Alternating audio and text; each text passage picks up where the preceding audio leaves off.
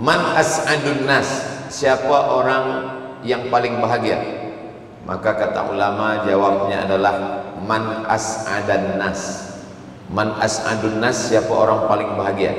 Man as'adan nas, orang yang paling bahagia adalah orang yang boleh membahagiakan orang lain. Hadiahkan untuk almarhumah ibu, almarhum ayah, kita dapat, orang tua pun dapat. Assalamualaikum warahmatullahi wabarakatuh. Bapak, ibu, abang, kakak, adik, sahabat jamaah dimanapun berada, ma'akalta fa'afnaita, makanan yang dimakan berubah menjadi kolesterol, diabetes, jantung, gula, dan lain sebagainya. Wa malabista fa'ablaita, yang dibelikan ke pakaian, busuk, lapu, ketinggalan zaman. Wa mata saddaqta fa'amdaita, yang diwakafkan, disedekahkan, itulah yang akan kekal abadi. Rumah besar hanya menjadi kenangan, lapuk, berlumut, tumbang, tinggal. Ada kelas yang dipakai para penghafal Quran, itulah yang kekal abadi, mengalir pahalanya untuk kita. Hadiahkan untuk almarhumah ibu, almarhum ayah, kita dapat, orang tua pun dapat. Satu lantainya 4 kelas, totalnya 16 kelas, tempat santri belajar. Yang sekarang santri belajar di asrama. Asrama bisa dibuat kelas, tapi nanti pindahkan ke kelas semua. Mari kita support pembangunan, kirimkan semen, batu bata, kerikil, pasir, besi, dan lainnya melalui rekening BSI 767 7777 227. Sekali lagi 767 7777 227 atas nama Yayasan Pendidikan Hajah Rohana. Konfirmasinya jangan lupa ke nomor berikut 0811 6650 026. Sekali lagi 0811 6650 026. Berkah selalu, barakallahu fikum. Wassalamualaikum warahmatullahi wabarakatuh.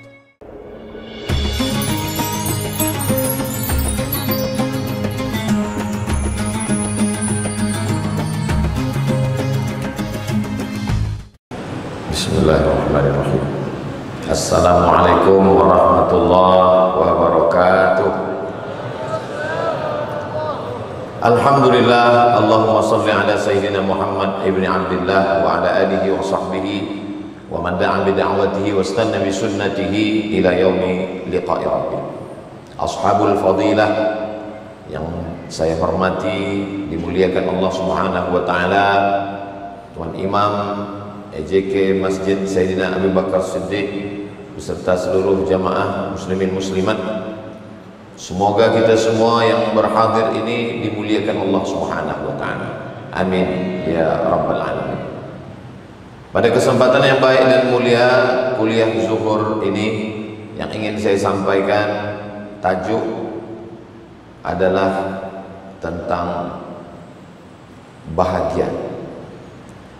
Petani menanam padi di sawah yang dia ingin bahagia. Macam mana supaya tanaman ini datang hujan, airnya tidak berlebih, tidak datang musuh yang memakan, lalu kemudian berhasil sukses. Begitu juga dengan peniaga, dari pagi dia buka hingga malam dengan modal yang tidak terlampau banyak, boleh dapat untung. Maka yang diinginkan itu adalah bahagia. Siapakah orang yang bahagia menurut Islam? Maka ketika seorang ulama ditanya siapa itu orang bahagia, man as'adun nas, siapa orang yang paling bahagia? Maka kata ulama jawabnya adalah man as'adan nas. Man as'adun nas, siapa orang paling bahagia? Man as'adan nas, orang yang paling bahagia adalah orang yang boleh membahagiakan orang lain. Maka dalam Islam diajarkan kebahagiaan itu bukan diri kita sendiri, tapi macam mana kita boleh membuat orang lain bahagia. Itulah orang yang paling bahagia. Suatu ketika Nabi Muhammad SAW ditanya oleh seorang lelaki sahabat Nabi SAW, Ayul amal khairun, apa amal yang paling baik? Kata Nabi SAW, as-salatu ala waqtiha, salat pada waktunya. Salat pada waktunya menunjukkan kebahagiaan itu dari dalam diri kita, hubungan kita dengan Allah Subhanahu wa taala. Sebab ada orang bahagia tapi dalam dirinya tidak ada hubungan dengan Allah, maka kebahagiaan itu hanya bahagia di mata kita, tapi dalam pandangan Allah tidak. Jadi yang pertama sekali syarat kita bahagia adalah hubungan kita dengan Allah. Duribat alaihimuz zillatu, manusia itu akan sentiasa dihinakan, dijatuhkan, direndahkan. Ainama suqifu, dimanapun mereka berada, di Amerika, di Eropa, di Asia, semuanya akan direndahkan, dihinakan. Illa kecuali bihablim minallah, dia ada hubungan baik dengan Allah. Selepas itu wahablim minan nas, hubungan dengan manusia. Jadi syarat yang pertama, hubungan kita mesti baik kepada Allah Subhanahu wa taala. Saya kalau menyangka diri saya besar, ketika saya dikecilkan orang, saya tak bahagia. Kalau saya menyangka diri saya hebat, ketika saya dihinakan orang, saya sakit hati, saya tak bahagia. Jadi kalau kita nak bahagia, maka jangan besarkan diri kita, besarkan Allah. Di dalam sembahyang, di dalam sholat, kita sedang menghinakan diri kita, membesarkan Allah. Tadi saya dialu-alukan, dipanggil, disebutkan biografi. Ini adalah Profesor Dr. Abdul Somad, belajar di Kahirah, di Maghribi, di Sudan. Semua dah disebut, pensyarah. Tinggal satu lagi yang belum disebut, almarhum. Jadi ketika disebut engkau besar, ketika kita tidak dibesarkan orang, kita rasa tak bahagia, kita dilekehkan orang, kita dikecilkan orang. Maka kita besarkan Allah. Sebesar apapun kita dalam pandangan manusia, kita tetap angkat tangan, yang paling besar adalah Allah. Allahu Akbar. Kalau kita dah besarkan Allah, maka tak ada yang lebih besar lagi daripada Allah. Kalau kita dikecilkan Allah, memanglah kita kecil. Tu'izzu man tasha wa tudhillu man tasha. Siapa yang mahu engkau besarkan, dia jadi besar. Siapa yang mau engkau hinakan, dia akan jatuh. Maka kita serahkan semua pada Allah. Dua kali kita ulang. Kali pertama Allahu Akbar, kali yang kedua Allahu Akbar kabira. Selepas itu, setelah kita memperakui bahwa kita ini kecil, yang besar hanya Allah, selepas itu kita katakan walhamdulillahi katsira. Segala puja-puji hanya milik Allah, bukan milik engkau Abdul Somad. Sehingga kalau ada orang yang tidak memuji, tidak kecewa.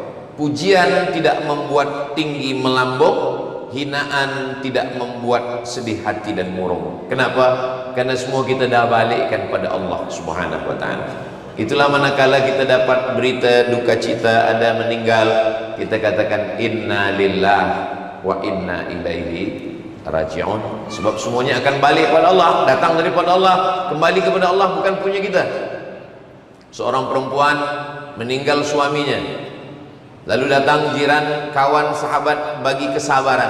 Sabar puan, jangan sedih hati, semua ini milik Allah, semua kembali pada Allah. Kata istrinya, memanglah saya dah balikkan semua pada Allah. Inna lillahi wa inna ilaihi raji'un. Semua balik kepada Allah Subhanahu wa taala. Maka pada waktu pagi dan petang kita disunnahkan membaca lepas subuh, awal pagi, lepas maghrib, awal malam. Lillahi ma fis samawati wa ma fil ard. Segala apa yang ada di bumi, segala apa yang ada di langit, lillah, punya Allah, bukan punya kita. Kesedihan yang paling dalam adalah ketika kita ada rasa memiliki. Ini milik saya, ini punya saya, ini punya saya saja, bukan punya yang lain. Tapi bila rasa memiliki ini dah kita balikkan pada Allah, Allah pinjamkan pada saya sekejap, lepas itu dia ambil balik, bukan punya saya. Kebesaran, kemuliaan punya Allah. Allahu Akbar. Pujian juga punya Allah. Walhamdulillahi katsira. Suci. Kalau kita rasa diri kita suci, lalu kemudian ada orang olok kita, ejek kita, kita marah. Tapi kalau yang suci itu Allah. Wa subhanallahi bukratan wa asila. Ini tiga yang paling asas sekali kalau mau bahagia. Yang besar Allah, pujian milik Allah, yang suci pun Allah. Allahu akbar kabira, walhamdulillahi katsira, wa subhanallahi bukratan wa asila. Kalau kita sudah merasa diri kita paling hina, paling rendah, paling tak ada apa-apa, orang susah nak menghinakan kita lagi. Sebab kita dah rasa kita lah yang paling tak ada apa-apa. Dan ini hanya dimiliki seorang muslim ketika dia beribadah salat, mendekatkan diri kepada Allah Subhanahu wa taala. Saya di Kulim di Malaysia, saya dimuliakan, saya tetamu, saya ustaz, saya profesor, saya doktor, saya pensyarah. Tapi bila saya balik ke kampung halaman saya tutup muka saya pakai topi, saya pakai baju biasa, orang tak kenal dengan saya parking kereta pun dia halau, bukan letak sini, pergi sana. Saat itu saya tidak merasa terhina. Sebab apa?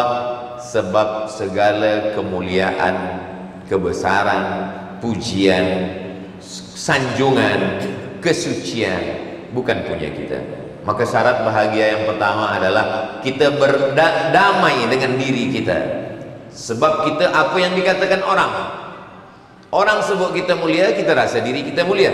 Orang sebut kita besar, kita rasa diri kita besar. Kalau kita dah merasa diri kita mulia, besar dan suci, bila kita dijatuhkan orang, dihinakan orang, kita marah. Tapi bila kita dah mampu berdamai dengan diri kita, kita katakan ini bukan punya saya.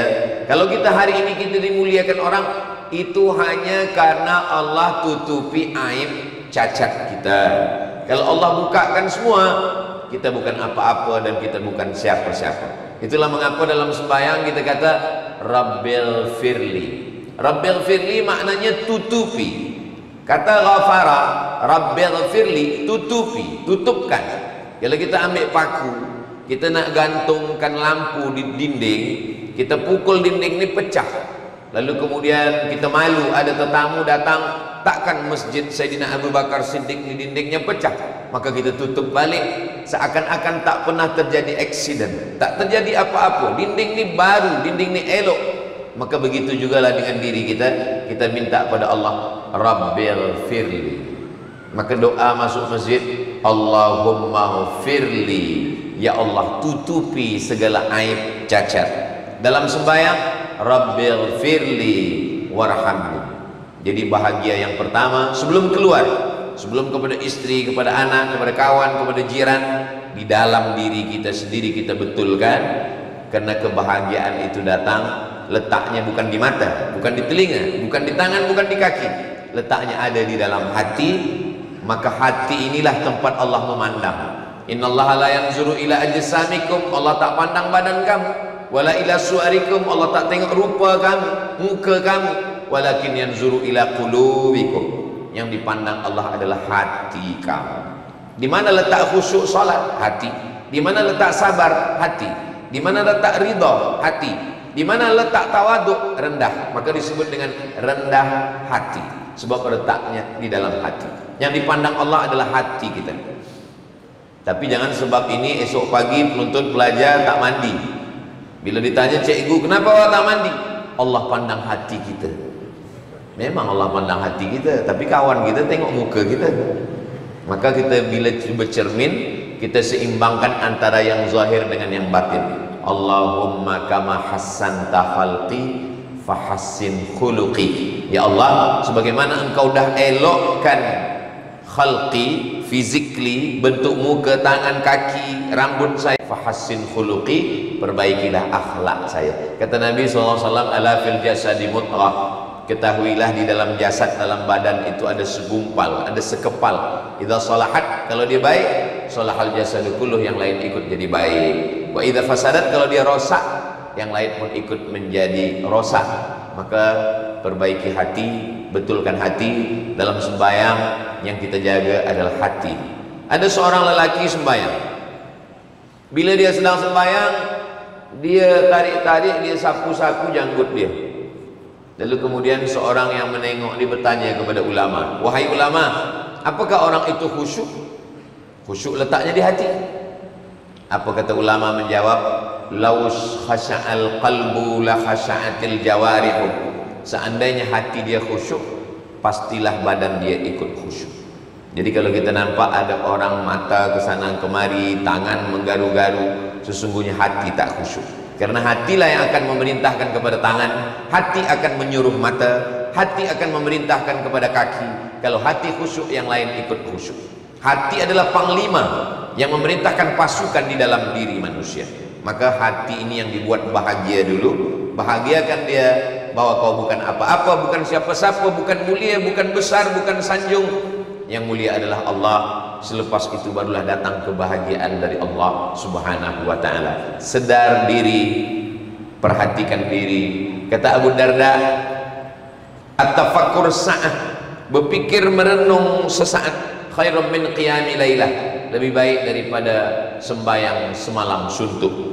Dari isya sampai subuh kita sembahyang, selepas itu kita merasa kitalah yang paling mulia. Tapi kalau kita bertafakkur, berpikir sesaat, sejenak, sebentar, sekejap, baru kita sadar bahwa kita ini sebenarnya bukan apa-apa dan bukan siapa-siapa. Kemuliaan datang daripada Allah Ta'ala. Disitulah kita akan rasa bahagia. Bahagia yang pertama adalah hubungan kita mesti baik dengan Allah Subhanahu wa ta'ala. Di awal sembahyang, 4 ini kita serahkan pada Allah. Inna salati wa nusuki wa mahyaya wa mamati lillah. Salati, sebab ada orang bangga dengan salatnya. Malam tadi saya tahajud, witir, pagi tadi saya duha, qabliyah, ba'diyah, zikir.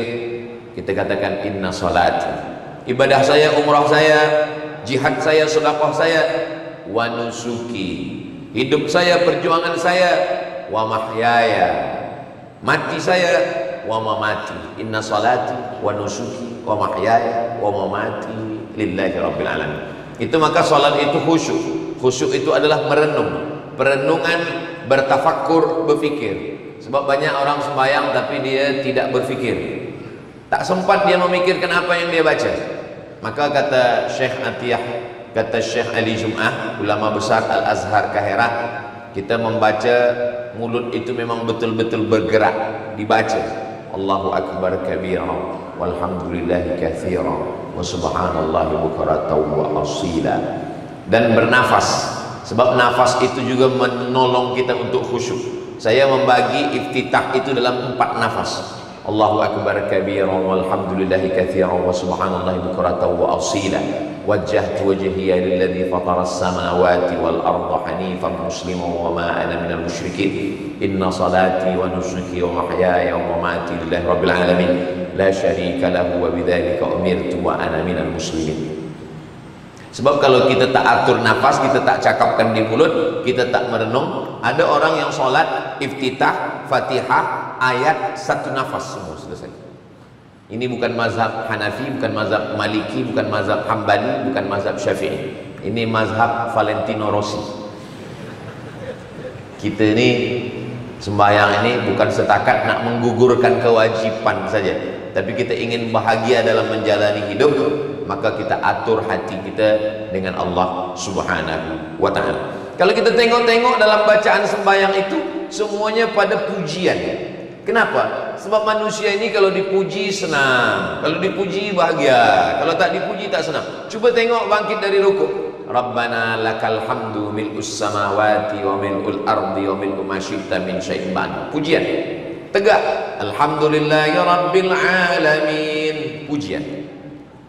Rukuk, subhana rabbiyal a'la, maha suci.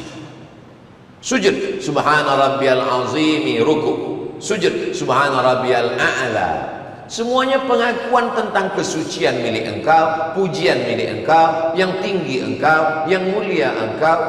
Aku bukan apa-apa dan bukan siapa-siapa. Jadi kalau mau mulia, sedarkan diri bahwa kita bukan apa-apa dan bukan siapa-siapa. Itu syarat kemuliaan, kata Allah Subhanahu wa taala, yang disampaikan kepada Nabi Muhammad sallallahu alaihi wasallam, disampaikan kepada para sahabat, sahabat kepada tabi'in, tabi'in kepada tabi'in, kepada para ulama, kepada cikgu, tuan-tuan guru kita, hingga sampailah hari ini disampaikan oleh Ustaz Abdul Somad.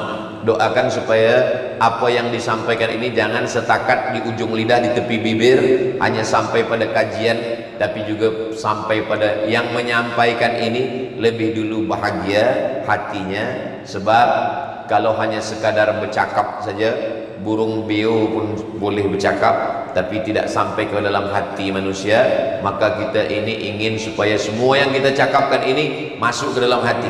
Apa tanda cakap itu masuk ke dalam hati? Kalau cakap dari mulut, sampainya ke mulut saja. Tapi kalau cakap itu dari hati, insya Allah sampai di hati. Saya tak tanya tuan-puan sekalian, sebab bila saya tanya apakah sampai ke hati, saya takut nanti jamaah cakap tak sampai ke hati, berarti yang bercakap ni pun tak dari hati, hanya sampai di mulut saja. Kita berusaha dari mulut sampai ke hati, insya Allah. Amin ya rabbal alamin. Yang pertama, sembahyang. Yang kedua adalah birrul walidain. Jadi yang pertama ni kepada Allah, yang kedua baru kepada manusia. Birrul walidain itu simbol hablum minan nas. Kenapa ayah dengan ibu? Sebab mereka lah manusia yang paling dekat dengan kita. Ayah, ibu.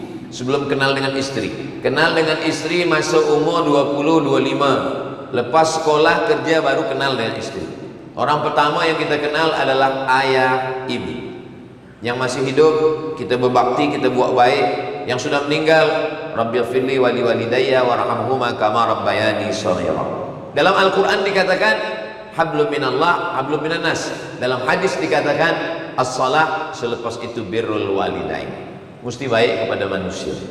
Kalau mau bahagia, maka kita mesti baik kepada manusia. Ada orang ketika mati menghadap Allah Subhanahu wa taala, sembahyangnya banyak, zakat tak kurang, sedekah pagi petang, zikir tak putus, hatam Quran. Tapi apa kata Nabi? Ya'ti yaumal qiyamah, dia datang pada hari kiamat. Syatama hadha, mulutnya kasar mencaci maki si fulan. Qadhafa hadha, menuduh si fulan. Wasafaka dama hadha, menumpahkan darah si fulan. Wa akala mala hadha, memakan harta si fulan. Wa daraba hadha, memukul si fulan. Dia tak bahagia. Sebab apa? Sebab dia tidak membahagiakan orang lain. Ketika kita membahagiakan orang lain mendoakan kita, lalu turun kebahagiaan dari Allah. Huwallazi anzalas sakinata fi qulubil mu'minin. Allah yang menurunkan kebahagiaan ke dalam hati orang yang beriman. Memang hati ini dalam diri kita. Kita bawa dari mula kita dalam rahim ibu kita sampai ke dunia, tapi dia bukan punya kita. Hati ini punya Allah. Maka kita selalu minta, ya muqallibal qulub, engkau yang membalikkan hati. Kadang jaga kita di waktu pagi, hati kita suntuk, susah. Padahal semua ada, rumah ada, motosikal ada, kereta ada, tapi hati kita susah, hati kita suntuk. Kita pun tak tahu.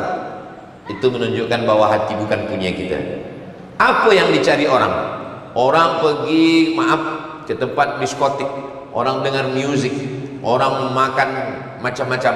Sebenarnya yang dia inginkan adalah ketenangan hati. Makan nasi tak tenang, minum tea tak tenang, makan sabu-sabu baru tenang, makan narkotik baru tenang. Ketenangan yang bukan dari Allah Subhanahu wa taala. Yang kita inginkan adalah ketenangan dari lubuk hati yang paling dalam, sebab kita berbuat baik pada orang lain. Siapa orang yang paling baik? Orang yang paling bermanfaat. Siapa orang paling mulia? Orang yang memuliakan orang lain. Siapa orang paling baik? Orang yang berbuat baik pada orang lain. Maka dalam Islam diajarkan khairun nas, sebaik-baik manusia, anfa'uhum linnas, dia boleh bermanfaat buat orang lain. Dalam Islam diajarkan pelepah kayu pun bermanfaat buat orang lain. Nabi ambil pelepah kurma, fasyaqqahu nisfain, Nabi belah dua. Selepas itu Nabi cucukkan ke kubur. Sahabat heran, lima fa'alta hadza, kenapa engkau lakukan ini ya Rasulullah? Apa manfaat daripada membelah pelepah korma, mencucukkannya ke kubur? Kata Nabi, la'allallah an yukhaffifa 'adzabahum ma lam yaybasa. Semoga azabnya ringan selama pelepah korma ini basah. Lalu kata Imam Nawawi bagi komen terhadap hadis ini dalam kitab Al-Minhaj Syarah Sahih Muslim Ibn Al-Hajjaj, kalau tasbih pelepah korma sampai pada orang mati, apalagi tasbih, tahlil, tahmid dan bacaan Quran orang beriman. Itulah kenapa kalau jiran, kawan, sahabat kita meninggal dunia, kita bacakan Al-Fatihah, Qul huwallah 3 kali, Al-Falaq sekali, An-Nas sekali, pangkal Al-Baqarah alif lam mim sampai wa ulaika humul muflihun, ayat kursi, ujung Al-Baqarah lillahi ma fis samawati, kita bacakan Yasin ditutup dengan tahlil afdhalul dzikri fa'lam annahu la ilaha illallah. Sebab apa? Sebab dia kawan, jiran, sahabat. Kita tak boleh balas budi baik dia. Apa kata orang Melayu, pisang emas buat belayar, masak sebiji dalam peti, hutang emas dapat dibayar, hutang budi dibawa mati. Maka kalau kita tak sempat balas kebaikannya, kirimkan Al-Fatihah lalu dikubur. Walaupun saya tak kenal minta kubur siapa. Dalam perjalanan tadi di atas bukit saya tengok ada kubur, lalu dalam hati saya bacakan assalamualaikum ya ala diyar minal mu'minin wa inna insyaallah bikum lahiqun yarhamullahu mustaqdimina wal mustakhirin nas'alullah lana wa lakumul afiyah. Saya tak hafal yang panjang Ustaz, hafaz yang pendek saja. Assalamualaikum ya ahlal kubur. Yang pendek pun tak hafaz, gerak-gerakkan saja mulut, supaya kawan kita tak tahu apa yang kita baca. Kita tetap doakan Allah maghfir lahum warhamhum wa'afihim wa'fu anhum. Macam mana kita boleh bermanfaat buat orang lain? Hari ini kita tengok manusia, dia tak berfikir apa manfaat dia untuk orang lain, tapi dia banyak memanfaatkan orang lain. Apa yang boleh saya ambil dari si fulan, apa yang boleh saya ambil dari si fulan.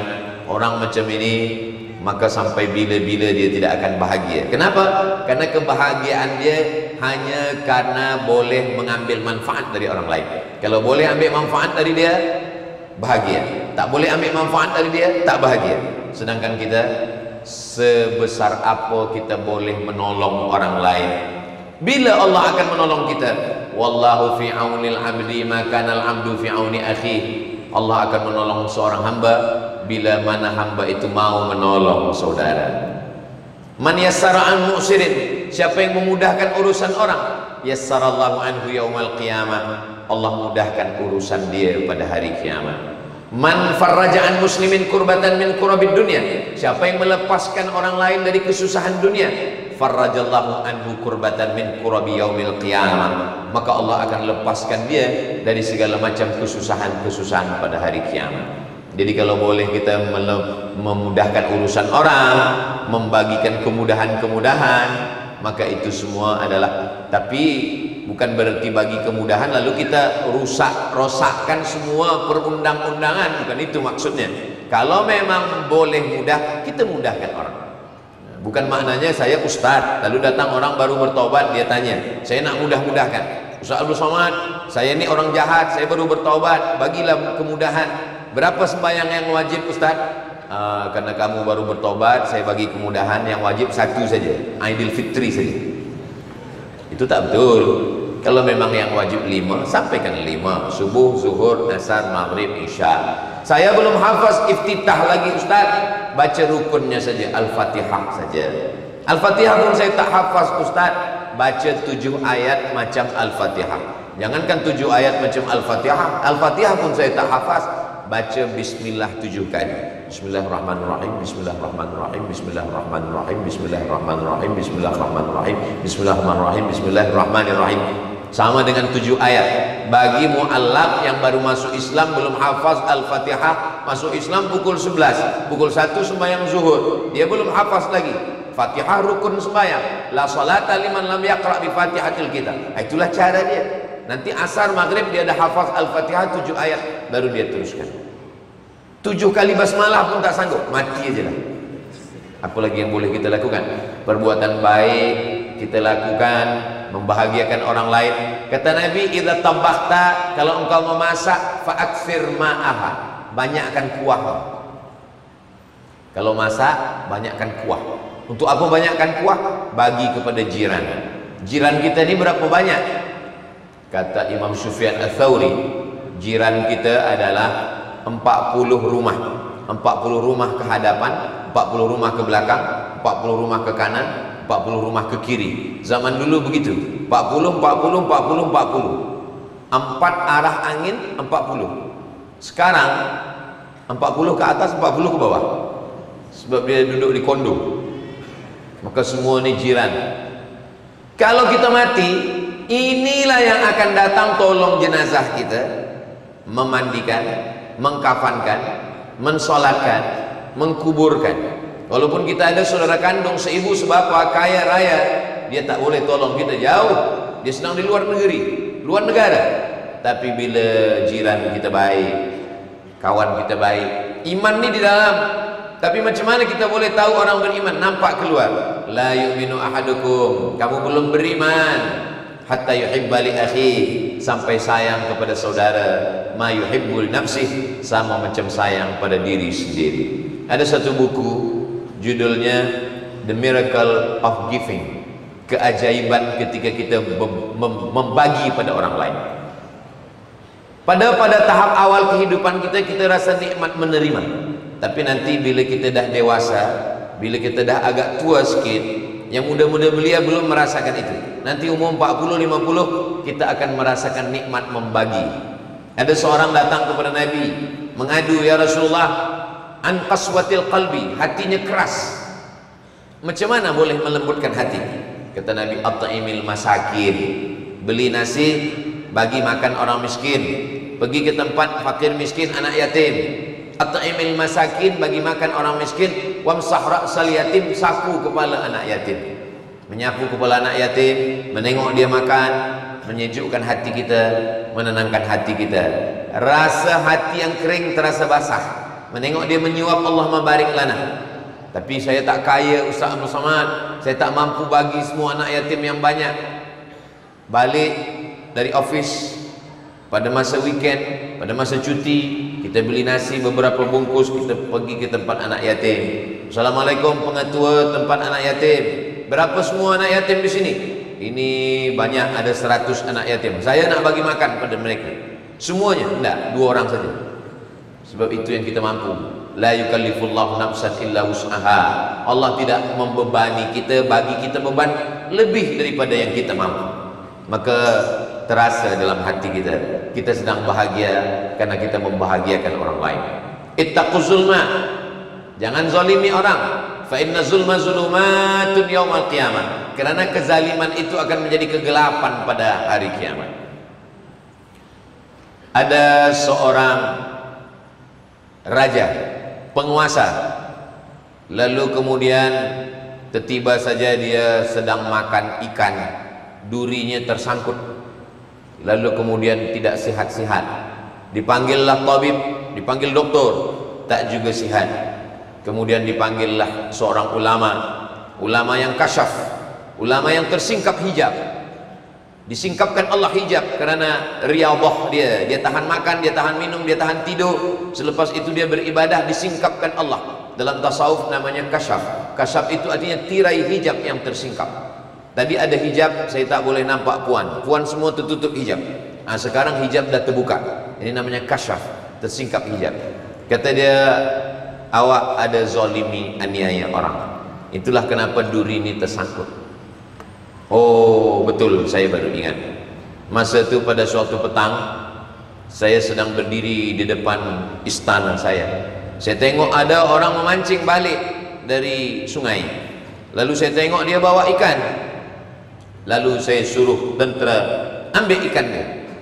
Sebenarnya bagi saya nak ambil ikan senang, cukup ambil ikan di mana. Tapi ada satu kenikmatan yang dirasakan ketika boleh merampas ikan dari tangan orang lain. Lalu kemudian cuba cari tukang pancing yang ikannya kena rampas itu, apa agaknya doa dia kepada Allah. Kemudian setelah dicari tukang pancing, lalu kemudian tukang pancing ditanya, semasa ikan engkau dirampas, apa yang engkau mintakan pada Allah? Saya orang miskin, di rumah tak ada ikan, saya pergi mencari ikan. Selepas ikan dapat, anak dan istri saya sedang menunggu di rumah. Semua dah siap dimasak, mereka tinggal menunggu ikan saja lagi. Rupanya ikan ini dirampas. Lalu apa doa kamu kepada Allah? Doa saya kepada Allah pendek saja. Ya Allah, Raja sudah menunjukkan kuasanya, maka tunjukkanlah kuasa engkau. Ittaqu zulma, jangan buat zalim. Fa inna zulma zulumatun yaumal qiyamah, kerana kezaliman akan menjadi kegelapan pada hari kiamat. Maka kita dilarang Allah buat zalim. Kata Allah Subhanahu wa taala dalam hadis qudsi, inni haramtu zulma ala nafsi, aku mengharamkan zalim terhadap diriku. Fala tazalamu, jangan menzalimi, jangan menganiaya orang. Walaupun bagi orang itu tidak perbuatan zalim, tapi bagi kita di hadapan Allah, dia akan memberatkan hisab kita pada hari kiamat. Dalam kitab tasawuf, nama kitabnya Ar-Risalah Al-Qushairiyah, ditulis oleh Imam Al-Qushairi. Dulu kita dah khatamkan di bulan Ramadan. Semasa COVID-19 saya tak boleh keluar mengajar, tak boleh ke masjid, tak boleh ke padang. Jadi kita khatamkan Al-Risalah Al-Qushairiyah online. Masih ada videonya, boleh ditonton ulang. Ada seorang balik kenduri, balik dari kenduri itu tersangkut daging di celah giginya. Lalu kemudian dia tak sabar nak balik sampai ke rumah. Lalu dia ambil ranting pokok kayu, dia ambil, dia patahkan. Sesiapa pun di antara kita ini, kalau ada pokok kayu di depan rumah kita, lalu ada orang ambil ranting, kita tak rugi sikit pun. Bagi kita itu sesuatu yang kita tahu dengan kita tak tahu sama saja. Rupanya hisapnya amat sangat lama di akhirat. Kenapa hisapnya lama? Karena sudah mengambil satu ranting. Kalau satu ranting saja kita ambil, hisap kita lama, apalagi kalau bukan ranting, pokok kayu itu betul kita ambil dengan tanah-tanahnya sekali. Kata Nabi SAW, siapa yang mengambil sempadan, ini rumah tuan, ini rumah saya, ini tanah saya, ini tanah tuan, lalu kita tegakkan pancang sempadan, lalu malam-malam tak ada orang menengok, semua sedang tertidur lelap, lalu kita ambil tiang pancang, kita alihkan satu jengkal. Kata Nabi SAW, man qata'a, siapa yang memotong sempadan pancang, shibran, qaida shibrin, satu jengkal, tuwiqa, maka lehernya akan dililit, sab'i aradin, 7 lapis tanah, sejengkal 7 lapis tanah ke bawah akan dililitkan. Tuwiqa, tuwiqa maknanya akan dililitkan di lehernya di hadapan Allah Subhanahu wa taala. Manakala saya sampaikan tentang sejengkal tanah sempadan, lalu kata jamaah, alhamdulillah Ustaz Abdul Somad, saya tak pernah ambil sejengkal. Berapa? 5 meter saya ambil. Macam mana azab kita di hadapan Allah Subhanahu wa taala. Kalau dosa kepada Allah, kita pergi umrah, menangis di pintu Ka'bah, labbaik Allahumma labbaik, habis tawaf, sa'i, tahallul, cukur rambut semua. Macam mana kepala kita bersih dari rambut, begitulah badan kita bersih dari dosa. Sembayang, orang yang sembahyang 5 waktu, subuh, zuhur, asar, maghrib, isya, sama macam orang buat rumah di tepi sungai. Mandi satu hari 5 kali, mandi subuh, mandi zuhur, mandi asar, mandi maghrib, mandi isya, tambah 2 kali lagi, mandi duha, mandi tahajud malam, bersih, tak ada daki, tak ada kotor di badan. Tapi itu kalau kepada Allah. Adapun kepada kawan, kepada sahabat, kepada jiran, maka tak boleh dengan hanya setakat taubat, solat sunat taubat. Maka Nabi SAW tak ada aniaya orang. Itu kenapa Nabi bahagia, sebab dia tak ada buat aniaya pada orang, tak ada zalim pada orang. Nabi meninggal hari Isnin, 5 hari sebelum meninggal hari Rabu. Rabu, Khamis, Jumat, Sabtu, Ahad, Isnin. Rabu, Khamis, Jumat, Sabtu, Ahad, Isnin. Hari Rabu Nabi naik ke atas mimbar. Apa kata Nabi? Man jalattu lahu zahran, siapa yang pernah kena cambuk, aku mencambuk kuda, rupanya dia ada di balik kuda itu dan ujung cambuk ni kena belakang dia, kena pundak dia. Hadza zahri, ini pundak Muhammad, falyastaqim minhu, sila balas. Man kuntu syatamtu lahu irdan, siapa yang cakapku menyakiti perasaannya, tersinggung dia kerana cakap saya, kata Nabi, hadza irdi, ini harga diri saya, sila balas. Siapa nak balas, balaslah. Sahabat semua tertunduk, mereka tak nak balas, mereka cintakan Nabi, mereka dah maafkan Nabi lama lagi, sebelum Nabi buat pun mereka dah bersih hati. Kata Nabi, siapa yang ada aku pinjam wangnya, lalu sekarang dia nak minta balas sebab aku lupa. Tegak seorang sahabat Nabi. Apa kata Nabi? Apa kata sahabat? Inna laka alayya 3 darahim, engkau ada hutang 3 dirham. Uang emas namanya dinar, uang perak namanya dirham. Nama Nabi tak ada duit kertas, yang ada duit perak dan emas. Kata Nabi kepada sahabat Fadl bin Abbas, saudara kandung Abdullah bin Abbas, anak Abbas bin Abdul Muttalib, sepupu Nabi, sewali Nabi, ayah Nabi dengan adik-beradik kandung. Kata Nabi kepada Abbas, idfa' ya Fadl, bayarkan wahai Fadl. Aniaya zalim jangankan kepada orang Islam, orang tak Islam sekalipun tak boleh kita aniaya. Nabi SAW meninggal. Ketika Nabi meninggal, baju besinya hilang. Baju besi dipakai untuk perang supaya pedang tak mengena jantung. Kalau kena tangan kita masih boleh hidup, tapi kalau kena jantung, bocor jantung, darah tumpah mati, maka kena pakai baju besi. Baju besi Nabi hilang, dicari-cari mana baju besi. Rupa-rupanya baju besi Nabi wadir'uhu marhunatun inda yahudiyin, di tangan orang Yahudi. Sahabat bertanya, wahai Yahudi, dari mana kau dapat baju besi? Baju besi ini dipinjamkan Nabi kepada saya sebagai gadai, sebab dia minjam 30 sak gandum. Bithalathina sa'an, 30 sak gandum dia pinjam pada saya sebagai jaminannya, garantinya adalah baju besi. Lalu sahabat menebus, bayar 30 sak gandum, baju besi diambil balik kepada Yahudi yang tak Islam. Begitulah Islam mengajarkan kita, kalau mau bahagia kita mesti bersih dua, bersih kepada Allah, bersih kepada hamba Allah. Selepas itu macam kita mengkacau minuman, di awal itu berkacau semua, airnya, kopinya, teanya dengan gulanya sekali, tapi selepas kita biarkan, dia akan mulai jernih, dia akan mulai tenang. Begitulah hati kita. Hati kita kalau hubungan baik kita dengan Allah, baik kepada manusia, lalu kita biarkan, maka dia akan terasa tenang. Disitulah kebahagiaan. Bahagia dalam Islam kalau hubungan kita dengan Allah, hubungan kita dengan manusia baik. Tapi kalau hubungan kita dengan Allah tak baik, ditambah lagi hubungan dengan manusia tak baik. Manusia yang paling dekat, ayah, ibu. 5 manusia yang paling dekat dengan kita. Yauma yafirul mar'u min akhihi, saudara, wa ummihi, ibu, wa abi, ayah, wa sahibatihi, istri, wa bani, anak. Macam mana dengan kawan? Kawan jumpa di luar rumah, tapi di dalam rumah ayah, ibu, anak, saudara, istri, suami, dengan orang-orang ini mesti baik. Sekarang manusia ini banyak dengan kawan baik, tapi dengan ayah, dengan ibu tak baik. Dengan sahabat baik, tapi dengan istri, dengan anak tak baik. Maka kalau mau tahu orang baik tak baik, maka tanyalah bukan dengan kawannya, tapi dengan istri dan anak-anaknya. Ketika dia baik di rumah, maka insya Allah dia baik di hadapan Allah Subhanahu wa ta'ala. Ketika ini kita lakukan, maka ada kebahagiaan. Maka ketika Nabi ditanya, yang pertama kata Nabi salat, hubungan kita dengan Allah sudah baik. Yang kedua dengan birrul walidain sudah baik. Yang ketiga al-jihadu fi sabilillah. Jihad ini adalah melawan semua permintaan hawa nafsu.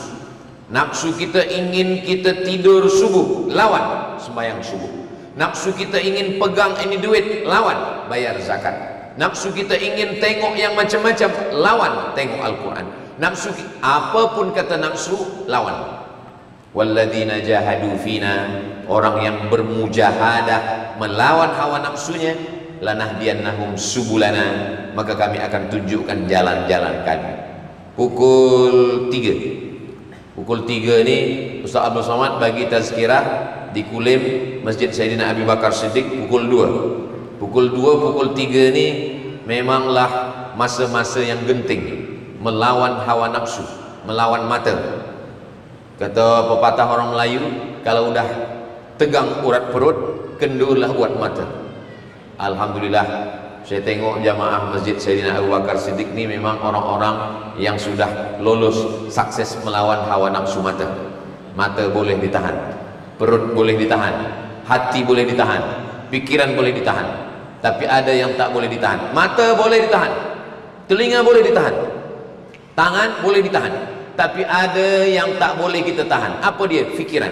Fikiran tak boleh kita tahan. Dia akan bercakap terus. Apapun yang nampak orang besar pakai baju kecil, orang kecil pakai baju besar, bercakap dalam fikiran. Maka fikiran nilai yang paling jahat. Yang jahat bukan kolesterol. Apa yang paling jahat dalam badan kita ini? Bukan kolesterol, bukan gula, bukan kambing. Sekarang banyak orang tak nak makan kambing, dia kata kambing jahat. Kambing tak jahat. Yang jahat adalah fikiran kita. Fikiran kita berkata ini penyakit, ini tak betul, orang tak betul, ini salah, ini. Fikiran kita berkata terus. Maka kata Nabi SAW, jangan ada kata kalau. Sekali kalau, itu pintu setan masuk ke dalam. Saudara-saudara saya yang baru saja kemalangan, ayah meninggal, suami meninggal, ibu meninggal, datang kalau. Kalaulah dulu saya bagi obat, kalau dulu saya bawa hospital, kalau dulu saya baik, kalau menyebabkan hati menjadi sedih, terlampau sedih, datang iba hati, meneteskan air mata, sesal tak berkesudahan, menjadi penyakit, merubah menjadi stres, depresi, anxiety, bunuh diri, mati. Ya kalau mati, kalau tak mati, maka fikiran ini yang paling jahat. Macam mana kita menghentikan ini? Kenapa Allah bagi dia harta? Kenapa Allah buat dia kaya? Kenapa Allah buat dia selesa? Kenapa Allah? Kenapa? Maka menghentikan fikiran ini adalah zikir. Saya sampai hari ini, walaupun ibu saya, mak saya sudah meninggal 5 tahun, 18 Mac 2019, sekarang dah 2024, tak lama lagi 2025, 6 tahun, tapi fikiran saya tetap berfikir, kenapa dulu saya tak bawa jalan ke Malaysia, kenapa dulu saya tak bawa berubat, kenapa dulu saya tak bahagiakan, kenapa. Menghentikan fikiran itu adalah zikir. Maka bila datang fikiran macam-macam, saya terus bacakan untuk almarhumah Al-Fatihah. Apa zikir? Subhanallah zikir, Alhamdulillah zikir, Allahu Akbar zikir, la haula wala quwata illa billah zikir, Allahumma salli ala sayyidina Muhammad zikir, membaca Al-Quran zikir. Jadi kalau ada orang berfikir macam-macam, terus dia berzikir subhanallah walhamdulillah wa la ilaha illallah wallahu akbar wa la haula wa la quwata illa billahil aliyyil azim. Banyak sekali zikir. Atau dia baca Quran, bismillahirrahmanirrahim, yasin wal qur'anil hakim, innaka laminal mursalin ala siratim mustaqim tanzilal azizir rahim litunzira qauman. Ketika kita baca ayat-ayat ini, pikiran kita berhenti. Itu kenapa orang disuruh membaca Quran, supaya menghentikan fikiran. Kenapa orang disuruh berzikir? Afdalul zikri fa'lam annahu la ilaha illallah, la ilaha illallah, la ilaha illallah. Tapi zikir yang terlampau banyak, subhanallah zikir, alhamdulillah zikir, Allahu akbar zikir, la haula wala quwwata illa billah zikir, salat zikir, baca Quran zikir, maka banyak jamaah yang confused. Mana zikir ini sebenarnya? Kata guru saya dulu di Sudan, Syekh Omar Al-Ma'ruf Ali, kata dia, Abdul Somad, saya bagi kepada engkau zikir 3. Yang pertama istighfar, astaghfirullahalazim, astaghfirullahalazim, astaghfirullahalazim. Setelah bersih, engkau isi dengan salawat, Allahumma salli ala sayyidina Muhammad wa ala ali sayyidina Muhammad, Allahumma salli ala sayyidina Muhammad wa ala ali sayyidina Muhammad. Yang ketiga adalah zikir yang paling afdal, tahlil, la ilaha illallah, la ilaha illallah. Tapi zikir juga bukan maknanya kita zikir lalu kita tak ada komunikasi dengan manusia. Kita tetap bercerita, bercengkrama, bercakap-cakap dengan orang. Saya tidak juga mahu selepas ini jamaah ini tak ada bercakap lagi dengan orang, menganggap orang ini hanya merosakkan fikiran dia. Selepas dari sini dia tanya, macam mana program kita nanti weekend ini? Subhanallah walhamdulillah wala ilaha. Kita tetap bercakap, padahal perkara yang baik-baik. Tapi kalau cakap ini menyebabkan kita menjadi susah hati, ribah, namimah. Ribah menceritakan aib orang lain, namimah membawa-bawa cakap orang lain. Maka kalau ini lebih baiklah kita say goodbye. Selepas itu kita sibukkan diri kita dengan zikir kita. Tuba liman syaghalahu aibuhu an ayyubin nas. Berbahagialah orang yang sibuk dengan dirinya, dengan hatinya, dengan fikirannya, sehingga dia tak sempat memikirkan aib orang lain. Sibuk memikirkan aib, cacat, kekurangan dirinya, sehingga dia tak sempat memikirkan aib orang lain. Syarat bahagia 3: perbaiki hubungan dengan Allah, perbaiki hubungan dengan manusia, kendalikan hawa nafsu, banyak berzikir, maka insya Allah kita bahagia. Bahagiakah Ustaz Abdul Somad? Bahagia bukan pada benda, bahagia ada pada rasa. Rasa tak boleh diungkapkan, sebab rasa yang ada di hati saya sekarang tak sama dengan rasa yang ada di hati puan-puan sekalian. Kita semua bahagia. Bahagia kita bukan karena benda, bahagia kita karena Allah, bahagia kita karena hamba Allah, bahagia kita karena menang melawan hawa nafsu kerana pertolongan Allah Subhanahu wa ta'ala. Itulah 60 minit yang dibagikan waktu kepada saya. Dimanapun Ustaz Abdul Somad bagi tazkirah, itu tak kurang tak lebih daripada 60 menit. Yang boleh dengar, boleh ingat, alhamdulillah. Nanti bila balik ada kawan jiran yang tak datang hari ini bertanya, siapa tadi yang bagi tazkirah di Masjid Sayyidina Abi Bakar Siddiq Kulim? Ustaz Abdul Somad. Apa yang dia sampaikan? Syarat bahagia ada 3. Apa yang 3 itu? Saya pun tak ingat entah apa kata dia, sebab saya terlampau bahagia tadi. Boleh diulang balik, nanti boleh ditonton di channel Ustaz Abdul Somad Official. Jangan lupa subscribe, like, share, and comment, supaya kita boleh bahagia. Kebahagiaan kerana benda, kalau benda hilang susah hati. Kebahagiaan kerana manusia tak boleh pagi jadi kawan, petang jadi lawan. Bahagia karena benda hilang kita jadi susah. Tapi kalau bahagia kita kerana Allah, kerana hubungan dengan Allah, kerana hamba Allah yang baik-baik, kerana menang melawan hawa nafsu, kerana pertolongan Allah, itulah bahagia yang hakiki, yang sejati, yang sebenar-benar bahagia. Itu yang boleh saya sampaikan. Terima kasih. Yang baik-baik datang dari Allah, yang tak baik dari hamba Allah yang dhaif. Mudah-mudahan kita semuanya bahagia. Ala hadhihi niyah, untuk niat yang baik ini. Al-Fatihah. Hadiahkan untuk almarhumah ibu, almarhum ayah, kita dapat, orang tua pun dapat. Assalamualaikum warahmatullahi wabarakatuh. Bapak, ibu, abang, kakak, adik, sahabat jamaah dimanapun berada, ma'akal tafa'afnaita, makanan yang dimakan berubah menjadi kolesterol, diabetes, jantung, gula, dan lain sebagainya. Wa malabista fa'ablaita, yang dibelikan ke pakaian, busuk, lapu, ketinggalan zaman. Wa mata saddaqta fa'amdaita, yang diwakafkan, disedekahkan, itulah yang akan kekal abadi. Rumah besar hanya menjadi kenangan, lapuk, berlumut, tumbang, tinggal. Ada kelas yang dipakai para penghafal Quran, itulah yang kekal abadi, mengalir pahalanya untuk kita. Hadiahkan untuk almarhumah ibu, almarhum ayah, kita dapat, orang tua pun dapat. Satu lantainya 4 kelas, totalnya 16 kelas, tempat santri belajar. Yang sekarang santri belajar di asrama. Asrama bisa dibuat kelas, tapi nanti pindahkan ke kelas semua. Mari kita support pembangunan, kirimkan semen, batu bata, kerikil, pasir, besi, dan lainnya melalui rekening BSI 767 7777 227. Sekali lagi 767 7777 227 atas nama Yayasan Pendidikan Hajah Rohana. Konfirmasinya jangan lupa ke nomor berikut 0811 6650 026. Sekali lagi 0811 6650 026. Berkah selalu, barakallahu fikum. Wassalamualaikum warahmatullahi wabarakatuh.